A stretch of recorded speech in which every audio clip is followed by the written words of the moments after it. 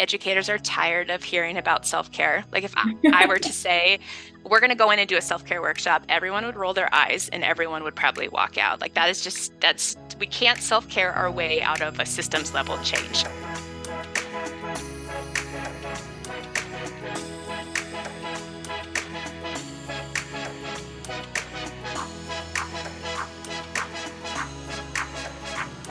Hello, and welcome back to You Need a Counselor podcast. My name is Dr. Julie Johnson. I'm the president and founder here at Heart and Solutions in Iowa. We are a mental health counseling and behavioral health counseling agency. We're still doing telehealth for both of those services. So if you want to do counseling and not leave your house, or if you want to do counseling and not change out of your pajamas, you can do counseling on the phone.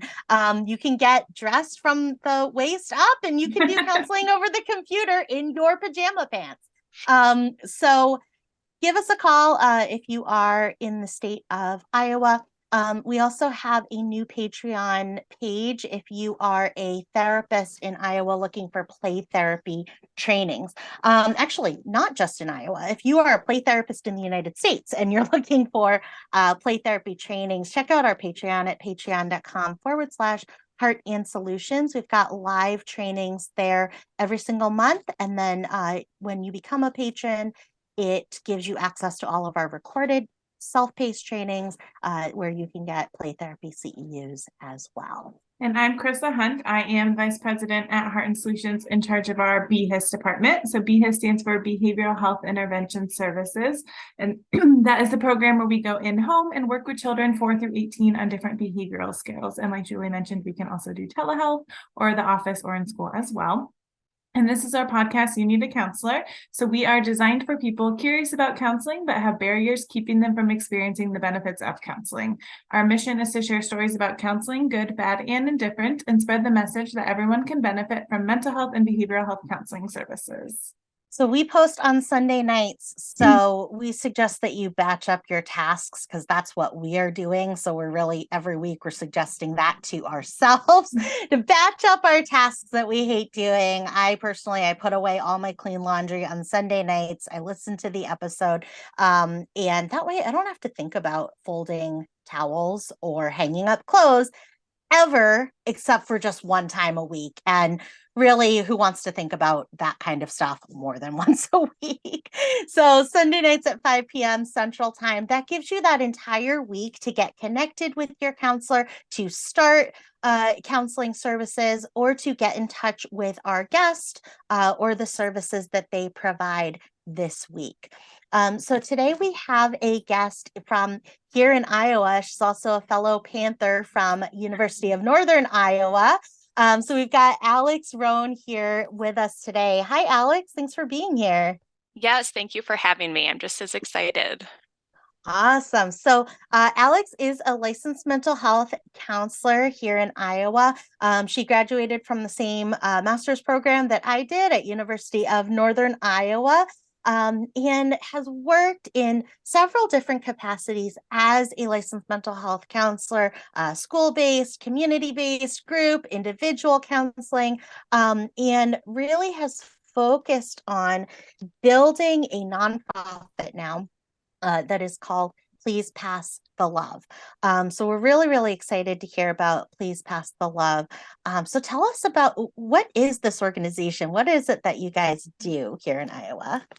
Yes, absolutely. So Please Pass the Love was founded by Dr. Jennifer Yulee Wells. Jennifer was a special education teacher here in the Des Moines Metro for over 10 years and just saw the immense need for mental health supports, not only for the students she was working with, but really for the entire school. So not only school staff, but also the families, the community members, those types of things. So she was on a mission to provide that support in a lot of different ways. So she was really focused, and our organization is really focused on looking at the systems of schools and looking at the organizational structure of schools and how that climate and culture surrounding mental health is. We could say we could add a school-based therapist to every school, but that's not that's not going to fix everything that could be falling through the cracks, right? We need to be able to looking at, are teachers being taken care of? Are there structures in place that if they have a really tough day, are they not going to be penalized for taking a mental health day? Are they going to be able to have that support and mentorship? All of those things that are important when we're looking at school mental health and not just student mental health. So we have a lot of different programs through Please Pass the Love. Jennifer was really focused on educating educators about mental health and how we can support students in the classroom and out of the classroom. So that's really where where she started the nonprofit, was really educating educators. So started with that, and we've kind of expanded as we've grown. We've grown pretty significantly in the past couple of years. So our director of training and community engagement, I should know her title. She's probably going to yell at me when I get it wrong. But Jessica has been an educator for over 12 years, and she again just saw the need and was very thankful that this opportunity presented itself. And that, so what she does is she goes to schools. She will not perform, but she'll do some professional development with schools. And these professional development, these workshops can be one-off trainings. So she could just come in for a day or a half day or a couple hours. But we also know that those one and done trainings aren't always the most effective or sustainable. So we're really hoping that we can get schools involved in our comprehensive school mental health packages. And what that includes is that we go to schools. Jessica will collect data. She'll collect data from admin, from educators, from students, from caregivers, and kind of take a look at that data and see where the gaps are, see where we're missing, see what's really going on in the big picture of the climate and culture surrounding mental health in the school. And based on that data that she collects, we do some action planning. And with those action plans, we do some pretty intensive training. So we typically start out with a basic school mental health literacy workshop. And again, that just goes, we're talking basic mental health literacy. We're talking about school mental health. We're talking about suicide prevention, self-care, all of those things. And then based on what she finds in the data, what other places are missing that educators could benefit from. So we've got a couple on social emotional learning, supporting families and student mental health. Jessica does a couple about building trusting relationships, because as clinicians, we all know how important that is for us as clinicians, but then also for educators and school staff as well. And then she'll also do some coaching, some follow-ups, those types of things. So again, making it more comprehensive versus just let's try and put another school counselor or a school-based therapist in the school and see what that does. So really important that we're looking at that entire climate and culture of the school. So that's probably our biggest tract, I would say. And then our other tract is our youth programs. So we have a number of youth programs, which is really, really fun to see. We offer youth workshops. So currently our director of youth engagement will go and she'll travel. I mean, all of our programming, we can either do it virtually or in person. And we don't have a physical location. So we all work remote. And although most of us are in the Des Moines Metro, we are all over the place. We want to expand our reach. And so we're very willing to travel, very willing to, again, just kind of expand our reach across the Midwest. I think Jessica has been in Illinois a couple of times. We were just in Missouri. So again, really wanting to kind of share our knowledge, share our programming. So within our youth programs, we offer 3 or 4 different workshops. So Michaela will go to schools, she'll go to 4-H clubs, she'll go kind of wherever they're requested. So the couple different workshops that we currently offer include just basic mental health.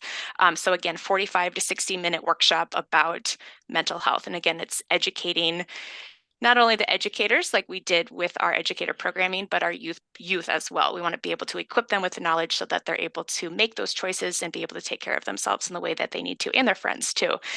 Another workshop that we offer is one based on coping skills and self-care. So this one's really fun. Michaela does a lot of interactive work with them, lots of art projects. Again, just wanting to give them the tools that they can use outside of this workshop, outside of their therapy, in school, out of school, to kind of take care of themselves. Another workshop we have is focused on leadership and advocacy. So you'll kind of notice a theme within our youth programming, really focused on empowering our youth and wanting them to make sure that they have the skills to make the changes changes in their school and their communities as well. And then a brand new workshop we just released this month is about healthy relationships. So we had heard feedback from our youth, from different organizations and youth that we work with, that relationships are really hard, and they want to know how they can better those relationships. What's a good relationship? What's a bad relationship? So really excited to offer that workshop as well. In addition to our workshops, we also have our Stomp Out Stigma clubs. So those are mental health clubs that can be started in a middle school or a high school.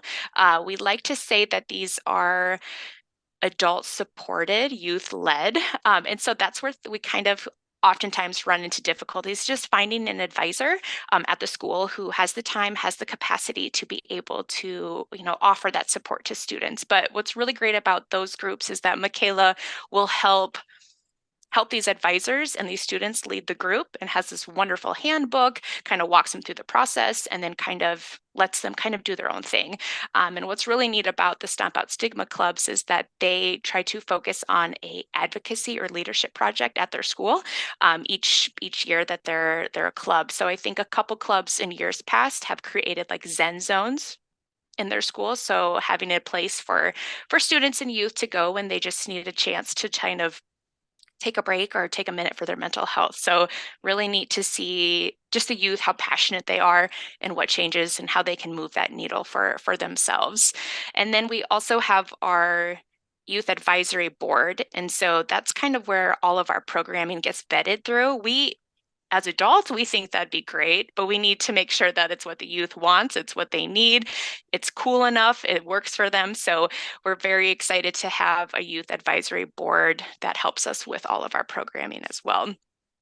We also, and I'm talking a lot, so I have a couple more things I'll mention, but then I'll definitely have you all ask me questions too, but we're doing a lot of really exciting things. So under kind of our youth programs as well is our app. So we were lucky enough to have an intern last summer who helped us create an app called the Wellness Nest. And what that is just a resource hub of other mental health apps. We know that there are millions of mental health apps out there. And sometimes that can feel really overwhelming and really, how do I know if it's good? How do I know if it works? So we kind of took some of that pressure off, and we made sure that we did our research. We made sure we vetted some of these apps and kind of put them in this one-stop shop of apps. So what's really cool about this app, and really anyone can use it, but we have really geared it towards youth, is that if they're having difficulty sleeping, say, they can go to this app, they can click the tab that says sleep, and like 3 or 4 apps that will help with sleep will be listed on there. Little description on there. I think maybe some dollar signs, like if they need to pay or if there's a subscription or if they're free. And so just trying to make it an easier way for them to access those resources. One of my favorite parts of the app is that we have Michaela, our director of youth engagement, make just a really quick video about what it's like to call or text 988. And we did that in the hopes of if youth if they know what it's like to call or text that number, hopefully they'll be more likely to do that and lessen some of that anxiety. So that's by far my favorite part of the app on there. And really using some youth geared language for that. So talking about like, you're not a burden. These people want to help you. It's their job. They care about you. You're not interrupting their life by texting or calling. So just really just trying to lessen some of that anxiety to be able to get youth more comfortable in accessing those resources. So then I kind of came on board as a extension of the programming that they had done back in March 2020. So we knew that Please Best of Love knew that youth were really struggling. They knew educators were really struggling. So they really worked fast and efficiently to put together some online support groups by partnering with local agencies, with clinical students, and that went really well. And so I was kind of brought on to this position to continue that coordination, to continue to provide some of those support groups, those skills-based groups, as well as provide a kind of a therapeutic lens for other programming as well. I was a school-based therapist right out of graduate school, and that's a really hard job. It was a really hard job. And I felt like I was very well prepared to do mental health counseling, but I was so unaware of what else was involved in school mental health. So this is embarrassing. I didn't know what all went into an IEP. I didn't know what a school psychologist did, right? And so I feel like have had some of that information, I would have been better equipped to be able to collaborate or work more with the other school staff. So I had started a monthly meeting series. So this is specifically for school-based clinicians, social work, school psychs, whoever is really interested in learning. But these monthly meetings are just providing kind of some high rigor training surrounding school mental health, and not just the mental health, the one-on-one counseling. And so that's been really great. I've had a great time learning alongside of the clinicians and just providing that safe space for school-based therapists, for clinicians to kind of build community, but then also learn more about what else is outside of their tiny office that they have at the school. The other thing that I'm really, really excited about for kind of the therapeutic programs is kind of working to pair some clinical students who need hours, who want experience with providing maybe skills-based groups or just experience in the schools with schools who need additional supports. We know school counselors are burnt out. We know they don't always have the time and capacity to be able to provide a skills-based group. So my hope is that eventually being able to kind of provide just a robust opportunity for clinical students to gain hours and experience while also kind of alleviating some of that workload that school counselors are currently facing. So again, really, really excited about that. And then we've also, all of us kind of do speaking engagements as they come up, but we've really been focused on just providing just some basic mental health education. So although we are a school mental health nonprofit, we don't want to gatekeep any of this information. So it's been really fun. So I think in the next month, I'll be going to a public library for one of their adult service programs and just talking about mental health. I have a program or workshop. I think it's just mental health basics, what it is, why it's important, and what you can do. So really focused on, the what is, the data and statistics surrounding mental health, but then really, and this is my favorite part, just being able to talk about how to talk about it, because I think a lot of people are afraid to talk about mental health and don't know where to start, especially with their kids. And so that's been really powerful and really meaningful to me to be able to provide that information to a library, to a Des Moines camp counselor training, to whoever is kind of requesting that. So I just threw a lot at you. That is what Please Pass the Love is currently doing. As a nonprofit, we're always adjusting and pivoting. So that is what we are currently working on. So many things. Awesome. Okay, so educating educators, that was one of the first things you brought up. What are some of the issues you see with schools that they're needing more training on? What are some of the things you guys work on? I know you mentioned some things you guys talked about, but what are some of those issues that you guys have come up with? Like why is that where you decided to start this program? Yeah, absolutely. So I think I would have to, well, first I want to say that educators are tired of hearing about self-care. Like if I were to say, we're going to go in and do a self-care workshop, everyone would roll their eyes and everyone would probably walk out. Like we can't self-care our way out of a systems level change. So I think the barriers that we have definitely seen or that we run into is that, admin or whomever, it could honestly be anyone. It doesn't always have to be admin. I don't want to put blame on all admin. But it could just be that, they're not ready or willing to make some of those systemic changes. And that we really like to focus on that school mental health isn't another thing to add to their plate. Like it is the plate. Like to be able to do everything else, we need to be able to have that solid, thick, hefty plate, not the flimsy one that many schools have. We need to have that thick plate. I would say a lot of schools are requesting just the basic school mental health literacy one, self-care one, because I think admin think that that's a fix, but it's not. And we spend a lot of time when we are presenting on that one, we spend a lot of time on that. You can do this individually, right? You can work on that, but if it's not more of a collective self-care, if it's not more of a systems level support, then you can't self-care your way out of that. And so we really spend time validating that, and really wanting to equip them with things that they can do, that they can control in that sense. And I would have to talk to Jessica too, but I think we also offer a free suicide prevention one, and that counts towards the requirement that the Board of Education requires. So we do get a lot of requests for that as well. And I think teachers, the sense that I've gotten in helping Jessica do some of these presentations is that they're tired, and they feel like they aren't doing enough, and they clearly are. All the teachers I know, all the teachers care deeply, and that care comes with a price, and that care comes with potentially some poor mental health. That price comes with poor relationships. And so really just, again, focusing on validating the fact that they are doing what they can, and maybe giving them some tools and things that they can do to support mental health. They can't do it all. They went to school to teach, but the world of teaching is changing drastically. And so just wanting to be able to give them the information and knowledge to move with the changes, if that makes sense. Mm-hmm.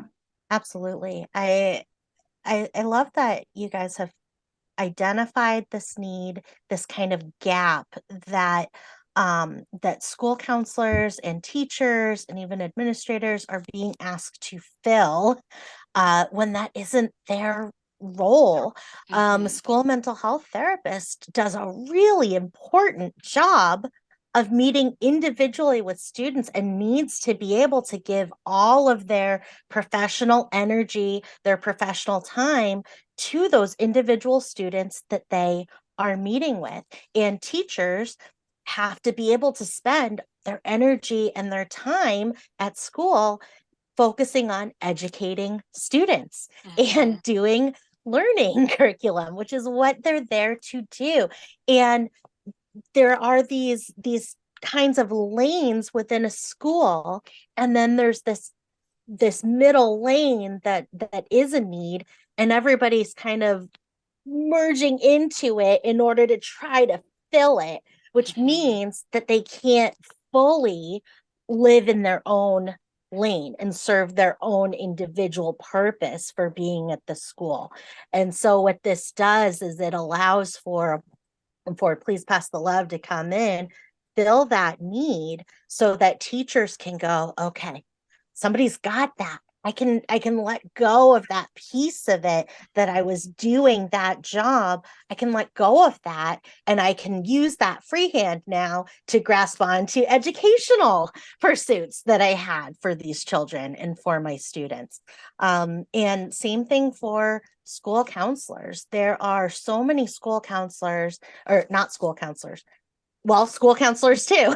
There are so many school counselors who are they're completely overwhelmed. They're doing recess duty, and they're monitoring detention, and they're doing curriculum, but they're doing curriculum for students and for teachers, and they're teaching the health class, right? And they're trying to work one-on-one with students and help parents and be the social worker when they're not the school social worker. They are the school counselor.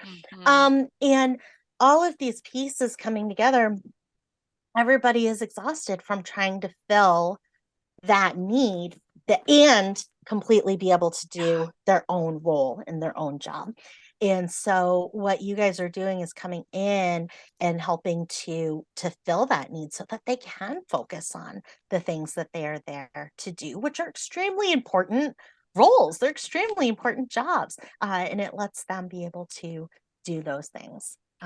So I love that. I love that you guys are encouraging the youth. And when we started talking in the beginning, you said, oh, the youth do our TikTok and our Snapchat and stuff. And I thought you were being funny, but really the youth No, are they doing do. No, they do. And they do such a great job. Yes. We do some of our social media, definitely our Instagram and our Facebook and our Twitter. We have an AmeriCorps member who's helping us do that. But oh yeah, we don't touch TikTok or Snapchat. Well, we let the Youth Advisory Board do that. I love that it is being advised by youth, by young people, by people who it's just the end user is the student. And so the student then becomes the person that you're empowering with these tools in order to say, yeah, the Stomp Out Stigma Club, that's your club to lead. You've got supports. You've got supports from us. You've got supports from your advisor, the adult that's helping you, but it's yours to lead and direct and create. And so there's so much empowerment happening for the people that are the beneficiary of the program. And so I think it goes along with what you said about self-care. Self-care's become kind of a dirty word, I feel like. It totally Over the, has. but I mean, gosh, when I was in grad school, that was the thing, and because it's something that's directed not from the end user. It's something that's directed kind of from somebody else's perspective of going, well, I see a challenge and I want very badly to help with that challenge. But because I'm not the person, I don't understand the challenge. And so I can't help you with it. Whereas when you're helping or supporting those younger leaders, those end users, to say, okay, you understand the problem, like we don't, we're here to support you, but you're the ones who understand it and then and because you understand the problem, then you're the people to be able to help resolve it and help support it. So I just think that is so beautiful. And so if somebody wants to get started, let's say there is a middle schooler or a high schooler listening to this, it reminds me of PFLAG groups that, started in these schools and just grew into these supportive roles. And if you're a student and you're listening to this and you're going, I need that at my school, how does somebody start a Stomp Out Yes. Stigma Club? Yes, such a great question. So you can visit our website at pleasepassthelove.org and go to our youth programs. I believe there's a contact form on there. If you don't want to deal with email, you can just fill out a quick form on there. Or you can email Michaela, Mikala, at pptl.org, and they'll be able to kind of help you with that process. They'll probably ask you some questions, want to meet with you and potentially an advisor. But again, the process is really easy. We have it all set up and pretty slick to make it easy and for people to still maintain that engagement even after they send the email, even after they filled out that contact form. Awesome. So can students reach out? Does it have to be a teacher at a school, or how does that usually get set up then? Great question. So typically we want the youth to be like, yes, we're going to do this. I'm going to start the process. And then eventually we will want to have an advisor on board. But the youth can reach out directly to us, and then we will be able to navigate that process moving forward. I think there might be a requirement or just a suggested requirement that you have an idea of an advisor. But again, Michaela will walk the student through all of that. Awesome. And so for school-based clinicians, so sometimes people get confused. There's the school counselor, and then there is a school-based therapist who is an outpatient therapist who is situated in a school. And they might be doing therapy out of a supply closet surrounded by construction paper and scissors and glue. They might be doing it in the nurse's office when the nurse isn't there. But they are a licensed clinician who is situated within a school as opposed to in a counseling office. And so this support group that you have for those school-based clinicians, what is that called? And how does somebody get connected with that group? Yes, so that is we typically, it's not a support group, it's just like kind of a monthly meeting, and so really just focused on bringing in experts across the United States to kind of come in, present on school mental health, and then kind of ask questions, again, build community. But that is called monthly meetings for school-based mental health clinicians. So you can either email me directly, so that's Alex at pptl.org, or again, visit our website at pleasepassthelove.org. And I believe there is a tab called monthly meetings because we have a couple different ones. So we've got one for school-based clinicians that I help facilitate. Jessica also does one specifically for educators. So if educators are looking just for a quick lunch and learn or quick just kind of educational tidbit throughout the month, you can register for that too. So back to like the youth side of things. And so you have youth programs and the Stomp Out Stigma clubs. So what is the difference between them? Is the youth program that they can sign up for those like just once and then the Stomp Out program weekly, or how does that work? Yes, great question, great distinction. So our youth workshops are just one-time workshops. So anyone, any organization, any school counselor can request those. So we've had 4-H clubs request them. We've gone to Boys and Girls Club to do these workshops. So again, currently have 4 different 45, 60-minute workshops. And really we can tailor them down to 30 minutes, 45, 60 minutes, whatever the organization or the school needs. But again, we've also done them at the school too. So that's kind of where things get confusing. But again, just because we're a school mental health nonprofit, we want to be able to provide this information, whoever really wants it or needs it. So again, those workshops are typically done once. We've had people request Michaela to come back yearly to do the same ones every year for different groups of students. We've had requests for she will do one once a month for a chunk of time, really just dependent on what those needs are and what those organizations want in that sense. So again, those are just kind of one-time things. And then the Stomp Out Stigma clubs, the mental health clubs are done on a yearly basis. So say you want to start a club, it can start at any time in the year. And those will go throughout the school year and then kind of re-up within the next year if the students and advisors are still engaged. So I hope that answers your question. Yeah. Absolutely. Did you always think you wanted to work in school mental health? I know you worked as a licensed clinician in a school. You've done some other things in your work. What is it that draws you to school mental health? I'm so glad you asked that because as I was reflecting and thinking on this, I grew up in a household of educators. And I told myself I was never going to be a teacher. Never, never, never going to be a teacher. I married a school psychologist, and here I am working for a school mental health nonprofit. So I don't know what to say about that.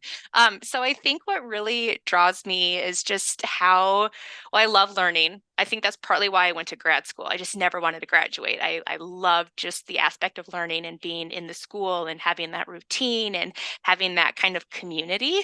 And that was really important to me. So again, I think part of the draw for coming to Des Moines initially to do school-based therapists was just to do something different, right? To be able to still be in the school and to get me out of I love Cedar Falls, but I was ready for something different. So I was excited to come to Des Moines and do that. And again, I just really appreciated being in that setting, being in that like kind of school community. And I still had to work on the summer, but it was much, much lax. And so you can't beat the school schedule. And then after some time there, I transitioned to a private college here in Iowa, and I loved working with college students. But what I found was more what I loved. What got me really excited was being able to go do some outreach, to do some education. So I loved being able to go in those first year seminar classes and just talk about mental health, talk about counseling, where we're located, where you can get free candy, where you can do all of this, kind of mental health stuff. But I think what I loved the most was just being able to reach people more globally versus those who signed up to come to counseling. Not everyone is ready or willing to come to counseling, but they still are deserving of that education. They're still deserving of those things that we have to offer outside of session. So really, really loved being able to provide that for students. And kind of more on a personal note too, I had twins 18 months ago, so my house is chaotic. But I really struggled on maternity leave. And, being a clinician, sometimes we know too much, and sometimes that's a challenge for us to do work with our own mental health. But I knew baby blues was the thing, but Wow. I was not expecting how I felt, what I was going through. And so, on my maternity leave, I really, really struggled significantly. And I don't think I probably met criteria for postpartum depression or anxiety, but I was pretty close. And I wasn't the same person. No one is after they have kids. But I definitely knew myself well enough to know that going back to direct clinical work was not a good choice for me at that time. And there was a lot of kind of shame kind of circled in that. I went to grad school to do this counseling thing, and now I'm not. But I feel very thankful, very, very privileged to be able to still work in the mental health field, but just do kind of less of that direct clinical work. I knew that I was not going to be the clinician I wanted to be or the clinician I needed to be for my clients at that time. And so just really spent some time reflecting on that and kind of untangling some of that shame. And now like kind of looking back and reflecting like this is where I need to be right now at this time in my life, this time in my professional journey. So again, very thankful that I have a job where I can be flexible, I can work from home, I can do the things that I need to take care of myself and my family. And so kind of reflecting on that, some of that shame has kind of faded a bit, knowing how I feel right now. So a little peek into how I got to where I am right now. It is a challenge in a field like ours where you have to get a master's to become, and you have to become licensed. And so that's a big part of our lives that we Yes. have invested into this field and this profession. A lot of times we've got that kind of end result thought in our head, and we can get stuck because there are so many ways that we can use that education and that knowledge, and that experience that we have learned. I mean, counseling is all transferable skill. I There is agree. not a job where the ability to build rapport, the ability to have empathy is not going to benefit you while Right. you're doing that other job, or that other task. And so I love hearing about your journey. I'd love to have you back and actually Yes. be able to talk more about that, because I think there's a lot of people who maybe have had similar experience in a life change, like having a child or adopting a child or fostering a child or losing a member of the family, or separation in a family. That changes a lot about who we are, and that can change kind of that trajectory of our life and the directory Yes. of who's in it. Save That's it. right. You saved it. That was beautiful. So we would love to have you back, Yes. Alex. This has been really, really great hearing about Please Pass the Love. We will have it in the show notes, but you guys can find Please Pass the Love at pleasepassTheLove.org. You can email at info@pleasepassTheLove.org, or you can email Alex directly. You can email Michaela directly. Facebook and Instagram at Please Pass the Love, Twitter at PP the Love, Snapchat PPTL Not Alone, and TikTok at Please Pass the Love. So I love that you guys are using TikTok, that you're using Snapchat, and that the youth are are helping us older folks Yes. get into those kinds of ways of communicating. It's so important to be out there. I think that one of the challenges with the individual work that we do, it's so important, the individual work, but it also needs to be paired with that systemic work, and one without the other just isn't going to work. And so being able to have both is so important. So it has been really, really great having you on this show. And if you could give one suggestion to somebody who might be on the fence about starting counseling, or getting involved in their school's mental health, what suggestion might you give them?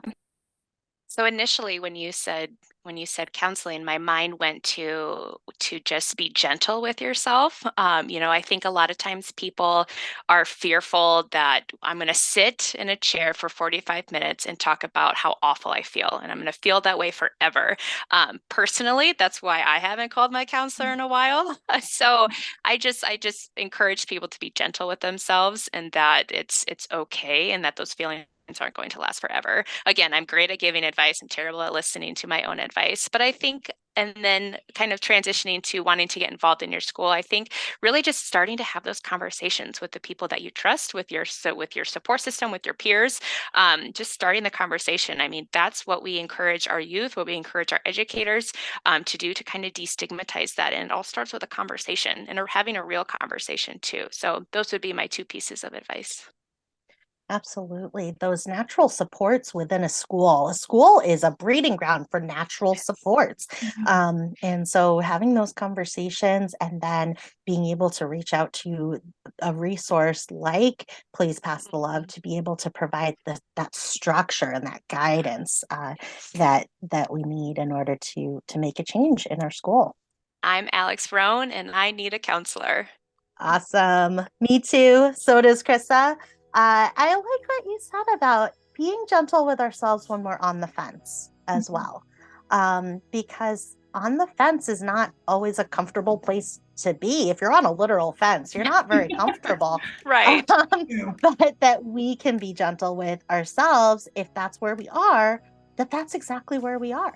And that if we're listening to a podcast like this, it means there's something that's telling us that this could be beneficial to us. And if we're on the fence, that's better than being on the side of the fence that says, I don't need counseling, I'm not crazy, right? So being on the fence is a great place to be. If that's where we are, maybe that's exactly where we need to be in that moment. If you are on the side of the fence, kind of tilting towards, hey, maybe I do want some individual counseling, and you're in Iowa, go ahead and give us a call at 800-531-4236. We are doing individual counseling in any of our 6 office locations in Iowa, or you can do it on the phone, or you can do it over the computer, or we can do behavioral health intervention for your children in your house. Mm-hmm. And like Julie mentioned at the beginning of the episode, we post new episodes every Sunday at 5 p.m. Central Time. So save up your laundry or whatever task you don't want to do that week and listen to us while you get that done on Sunday. And then we can help connect you to our resource from that episode that week as well. And if you have any questions for us, you can reach us on our Instagram at You Need a Counselor Podcast, or on our Facebook page at You Need a Counselor Podcast, or we also have a phone number now, so you can text or leave a voicemail anonymously, and we can answer your questions on our next episode. And our number for that is 515-650-3231. And then like Julie mentioned, we also have that Patreon now as well, with play therapy trainings at patreon.com/heartandsolutions. Okay, so I'm Chrissa Hunt. And I'm Julie Johnson, and we need a counselor. And so do you. Bye.